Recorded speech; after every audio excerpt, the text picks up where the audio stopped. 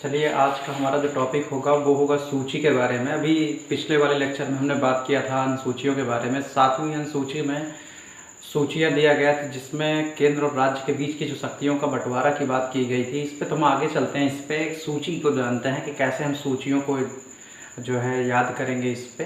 और जिन लोगों ने जो है चैनल को सब्सक्राइब नहीं किया वो उस चैनल को सब्सक्राइब कर लें, क्योंकि नेक्स्ट वीडियो की जानकारी के लिए आपको सब्सक्रिप्शन ज़रूरी है, क्योंकि आप सब्सक्राइब करेंगे तो आपको नेक्स्ट वीडियो के बारे में इन्फॉर्मेशन मिलेगी। चलिए अगले क्वेश्चन पे हम चलते हैं, इस पे अगले टॉपिक पे चलते हैं। इस पे देखिए, इसमें समवर्ती सूची होती है, 3 प्रकार की होती है। इसको थोड़ा सा आसान कर दिया गया कि सबका काम बांट दिया गया अलग अलग, संघ के लिए अलग, राज्य के लिए अलग, समवर्ती सूची के। थोड़ा सा समझते हैं ये सूचियां हैं क्या। इसमें संघ सूची का मतलब है जिसके लिए जो कानून संसद बनाए, तो संघ सूची के लिए जो कानून बनाता है वो संसद बनाती है। इस पे राज्य सूची की बात करेंगे, राज्य सूची के जो कानून बनाएंगे उसको राज्य के विधानमंडल बनाते हैं, राज्य के विधानमंडल बनाते हैं। और ये जो संसद और राज्य के विधानमंडल दोनों बनाते हैं इस पे जिसके लिए कानून, उनको हम बोलते हैं समवर्ती सूची। ठीक है। इसमें अब एक बात हम बात करते हैं इस पे कि जो सूचियां हैं वो संविधान में कहाँ पे, तो मैंने अभी लास्ट वाले लेक्चर में बताया था। जिन्होंने नहीं देखा वो आप जाके पिछले वाले लेक्चर में देख सकते हैं। अनुसूचियों में 7वीं अनुसूची में था इस पे, ये आपकी 7वीं अनुसूची। 7वीं अनुसूची में आपकी 3 सूचियां हैं, एक संघ सूची है, एक राज्य सूची है, एक समवर्ती सूची है। तो संघ सूची जिनके लिए जो कानून जो बनाती है वो संसद बनाती है, राज्य के लिए राज्य सूची जिनके लिए जो कानून है जो आपके विधान है वो विधानमंडल बनाता है, समवर्ती जो है उसके लिए संसद और जो है क्या कहते हैं इसमें विधानमंडल दोनों बनाते हैं। इस पे अब हम बात करते हैं, इस पे इनके कुछ विषयों की बात करते हैं। तो 2 तरीके के क्वेश्चन पूछता है, दे देता है। इसमें कोई एक विभाग दे देगा या कोई चीज़ सूची दे देगा, उससे बात पूछेगा ये किसके अंतर्गत आता है, राज्य सूची के अंतर्गत, संघ सूची के अंतर्गत या समवर्ती सूची के अंतर्गत आता है। तो आप देख लीजिएगा इस पे। और दूसरा क्वेश्चन ये बनता है इस पे कि कितने इसमें विषय हैं। देखिए, संघ सूची में प्रारंभ में 97 थे, स्टार्टिंग में कितने थे, 97 थे। अभी वर्तमान में कितने हैं, 100 हैं। ठीक है। इसमें तो स्टार्टिंग में जब मूल संविधान की बात किया गया तो इसमें 97 थे, अभी वर्तमान में कितने हैं, वर्तमान में अभी इसमें जो संख्या है वो आपकी हो गई है कितनी, 100। अब देखिए, इसमें राज्य सूची की जब बात करते हैं, इसमें राज्य सूची की बात करें तो राज्य सूची में 66 थे। अब घटकर राज्य सूची में घटकर इस समय वर्तमान में है कितने, 61, क्योंकि संविधान संशोधन 42वें के द्वारा जो 42 अमेंडमेंट आया था उसके तहत 5 को हटा दिया गया था। यानी 5 जो विषय ऐसे थे, 5 जो विषय थे उनको हटाकर समवर्ती सूची में रख दिया गया था। तो आप यहाँ से देखिएगा कि ये जो स्टार्टिंग में थे कितने थे, 66। तो 2 क्वेश्चन बन सकता है कि मूल संविधान में कितने थे, और आपसे दूसरा क्वेश्चन जो पूछ सकता है वो पूछ सकता है वर्तमान में कितना। थोड़ा सा कन्फ्यूजन है, आप उसको देख लीजिएगा। इसमें समवर्ती सूची की बात करते हैं। समवर्ती सूची में पहले 47 विषय थे, यही जो 5 सब्जेक्ट थे जोड़ दिए गए इसमें। अब इस समय कितने हैं, 52 हैं इस पर। तो ये जो जोड़ा गया था इसमें समवर्ती सूची में, आप इसको इस आंसर दे सकते हैं कि 42वें संविधान संशोधन द्वारा इनको जोड़ा गया था। चलिए हम अब बात करते हैं इसमें संघ सूची की बात करते हैं कि कौन कौन से सब्जेक्ट आते हैं इसमें। देखिए, जो संघ सूची में आता है सबसे पहले आपका आता है, इसमें 100 विषय हैं। तो अब 100 को तो याद करना मुश्किल काम है। तो एक थोड़ा सा ट्रिक हमने पिछले वाले भी लेक्चर में बात किया था कि आप वैकेंसी से पता करिएगा। जैसे इसमें रक्षा की वैकेंसी कौन निकालता है, केंद्र निकालता है। ये किसका सब्जेक्ट होगा, ये सब्जेक्ट किसका होगा, संघ सूची का होगा। आप यहाँ से बात करेंगे इस पे। अगली बात करते हैं संघ सूची में आपका अगला बैंकिंग आता है इस पे। फिर आता है जनगणना। जनगणना पे आप देख लीजिएगा जो प्रचार आता है तो वो केंद्र सरकार करवाती है इस पे, तो केंद्र का मैटर है जनगणना इस पे। इसके बाद विदेशी ऋण,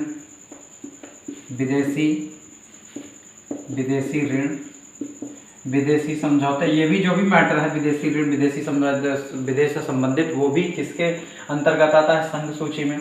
इसमें आप देख लीजिएगा वायु, जल और आपका रेल परिवहन। तो रेलवे की वैकेंसी कौन लाता है, अभी एनटीपीसी बहुत दिन से लंबित चल रही है इस पे। गुलर का फूल हो गई है, वो दिख ही नहीं रही है, कब आएगी कब नहीं। काफ़ी लोग उसी के इंतज़ार में ओवर एज भी हो गए, 3-3 साल 4-4 साल से लग रहा है, पता नहीं इस साल भी हो पाएगी कि नहीं। 2 साल हो गए फॉर्म भरे इस पर। तो आप देख लीजिएगा रेल किसका मैटर होता है, सेंट्रल का, जल और वायु। तो ये एयरफोर्स समझिए और इसको नेवी से समझिए। बताइए एयरफोर्स और नेवी की वैकेंसी कौन निकालता है, सेंट्रल निकालता है। अगर सेंट्रल निकाल रहा है तो आपका आंसर जो होना चाहिए वो आंसर आपका क्या आना चाहिए, ये संघ सूची आना चाहिए। समझ में आया बात आपको। तो यहाँ पे ये जो आपको बहुत ईजिली, आप एक चीज़ ये सोच लीजिएगा, कोई भी क्वेश्चन आपसे पूछता है बताइए कि जल परिवहन, या आपसे पूछता है वायु परिवहन, तो आप एक बात समझिए वैकेंसी कौन निकाल रहा है इस पर। अगर वैकेंसी सेंट्रल से आ रही है तो इसका मतलब है कि वो वैकेंसी अगर सेंट्रल से आ रही है तो इसका मतलब है कि वो संघ सूची का विषय है। चलिए हम चलते हैं राज्य सूची की बात करते हैं। तो राज्य सूची में सबसे पहले आता है कृषि राजस्व, ठीक है, कृषि राजस्व। इसके बाद आपका आता है इसमें जेल, न्यायालय, पुलिस, भू राजस्व मैंने मेंशन ही कर लिया था, और लोक स्वास्थ्य। तो ज़्यादातर इस पे जो है लोक स्वास्थ्य ज़्यादातर इसमें पूछा जाता है, कृषि के बारे में पूछा जाता है, आपसे पुलिस पूछा जाता है इस पे, कभी कभी क्वेश्चन दे देता है चिकित्सा, अभी हम बात करेंगे उस पर। तो आप इसको थोड़ा सा ट्रिक से याद कर लीजिए, इसको थोड़ा सा समझ लीजिए, यहाँ से आप समझ लीजिए, इसको ट्रिक से हम थोड़ा सा बताते हैं। देखिए गाँव में जब हम बात करते हैं इस पर, और काफ़ी जोक भी बनते हैं इस पर कि गांव में लोग जो है थोड़े थोड़े ज़मीन के लिए, टुकड़े के लिए लड़ाई करते रहते हैं, कश्मीर क्या देंगे इस पर। तो वही बात है, यहाँ पे सबसे ज़्यादा भारत में मुकदमे किसके लिए है, ज़मीन के लिए, टुकड़े के लिए। पता लगा कि आप यहाँ से बाउंड्री बनाए, ये आपका खेत है, ये यहाँ आपका खेत है, तो कल पता चला कि ये इनका खेत हो गया इधर, फिर ये पहुँचे अगले दिन इनके खेत में पेड़ बना दिए इस पर। तो सबसे ज़्यादा विवाद किस में है, कृषि में। तो कृषि में विवाद हुआ तो एक चीज़ आप समझ लीजिएगा, एक चीज़ और है, पंचायत होती है बहुत।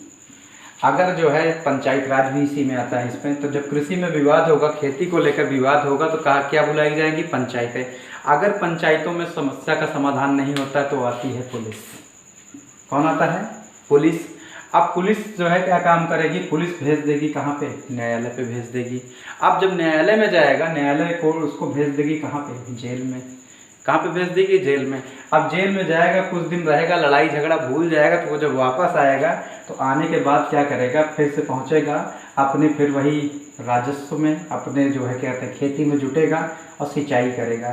सिंचाई भी इसी में आता है, सिंचाई करेगा तो उसके जो है क्या कहते हैं, उसका भी जो खेती है वो सुधरेगी, और इसका जो लोक स्वास्थ्य है वो भी उसका सुधरेगा इस पे। तो यहाँ से एक ट्रिक पता चल गई कि अगर कृषि है तो कृषि जब होगी तो उसमें लड़ाई होगी, जब लड़ाई होगी तो पंचायत होगी, पंचायत अगर उसको नहीं समझा पाती है तो वो पहुँचेगी किसके पास, वो पहुँचेगी बात पुलिस के पास, पुलिस पहुँचा देगी बात कहाँ पे, न्यायालय में, न्यायालय भेज देगा उसको जेल, जेल से आएगा, वो सुधर जाएगा, सिंचाई करेगा, खेती करेगा, और जब फिर खेती करेगा तो लोग जो है क्या कहते हैं उसके स्वास्थ्य पे भी असर पड़ेगा। तो ये सारी चीज़ें हैं ट्रिक याद करने के लिए। दूसरी बात, अगर नहीं आपको इस तरह से याद होता है ट्रिक से, फिर से वही बात, सबसे जो सिंपल है वो आपका तरीका होना चाहिए, वो आपका जो तरीका होता है वो सबसे बेहतरीन तरीका है। आप वैकेंसी, चलिए देखते हैं, बताइए अभी पुलिस की वैकेंसी आई थी, किसने कराया था, अभी योगी जो है क्या कहते हैं सरकार, जो मुख्यमंत्री जी हैं योगी जी, उन्होंने अभी क्या कहते हैं इस बात पे आदेश दिया था कि अभी जल्द हर साल जो है जो भी वैकेंसियाँ हैं पुलिस के 30,000 32,000 भर जाएंगी इस पर। तो ये आपका क्या हुआ कि जो पुलिस है वो राज्य का विषय हुआ, भू राजस्व। लेखपाल कौन भरता है भाई, लेखपाल की वैकेंसी तो कौन, स्टेट ही निकालता है इस पर।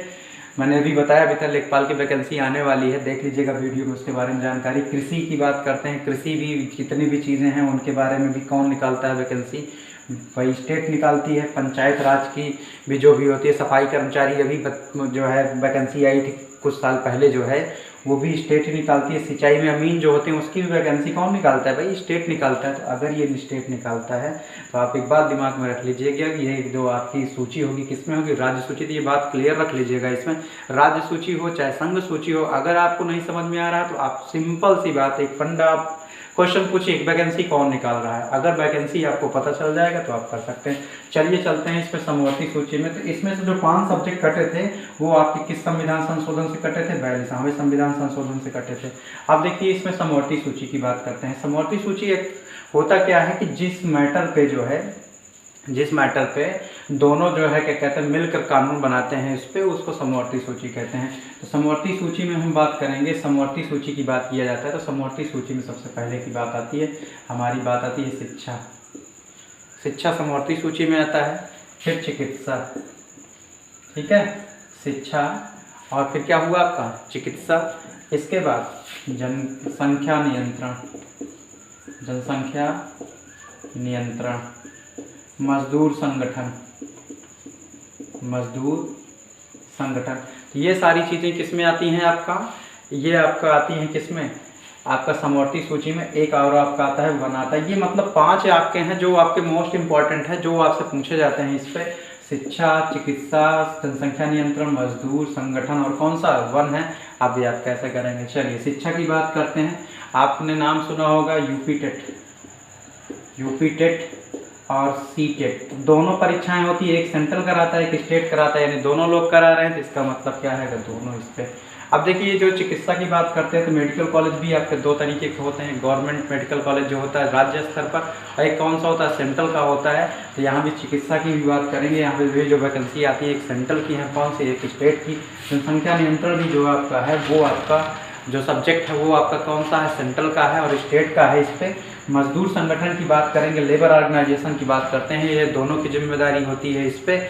इसके लिए जो है पीसीएस से भी वैकेंसी भरी जाती है और इसकी एसएससी से भी वैकेंसी भरी जाती है, और इसको जो है क्या कहते हैं यूपीएफओ और भी सारी चीज़ें जो यूपीएससी जो सेंट्रल से भरी जाती हैं इस पर, तो यहाँ से भी आप कर सकते हैं। इसके बाद वन आता है, ये बहुत पूछा जाता है, सबसे ज़्यादा क्वेश्चन यही पूछा जाता है कि वन किस पे मतलब किस सूची में जाता है। तो वन में देख लीजिएगा, इसमें आईएफएस होता है, इंडियन फॉरेन सर्विसेज होता है, और आपके यहाँ पे जो फॉरेस्ट गार्ड की वैकेंसी आती है वो आपकी किससे होती है, स्टेट से होती है। तो आप यहाँ से देख लीजिएगा सेंट्रल से भी हो रही है और स्टेट से भी हो रही है। तो इसका मतलब क्या है कि ये अभी आपका जो वैकेंसी होगी वो वैकेंसी क्या, वो सॉरी जो सूची होगी वो इसमें जाएगी समवर्ती सूची में। तो यहाँ पे सूचियों की बात करेंगे तो यहाँ से आप बहुत आसानी से इन चीज़ों को याद कर सकते हैं। आप बस केवल ये चीज़ देख लीजिएगा किस उसमें जाता है। अब देखिए कुछ इसमें अवशिष्ट शक्तियाँ होती हैं। अवशिष्ट शक्तियाँ ये होती है कि जिनके लिए जो है कानून संसद जो है विशेष पावर दी जाती है, जिसको उसको बोलते हैं अवशिष्ट शक्तियाँ। और अगर मान लीजिए मतभेद है किसके किसके बीच में, अगर राज्य और संसद राज्य और संघ के बीच में मतभेद है तो वो जो भी निर्णय होगा उसमें वरीयता दिया जाएगा, किसको, संघ को वरीयता दिया जाता है, तो यानी संसद को वरीयता दिया जाता है वहाँ पे। तो ये चीज़ें हुई आपकी किसकी, अनुसूची के बारे में। तो आप इसको बहुत ईजिली तरीके से आप याद कर सकते हैं। आप वैकेंसी को आप समझ लीजिए कि आपको वैकेंसी, क्योंकि फॉर्म आप सब भरते हैं तो आपको पता होगा इस पर, तो आप इसको देख लीजिएगा। तो उसके बाद जो है अगले वीडियो में हम बात करेंगे कोई और नए टॉपिक के साथ। नमस्कार।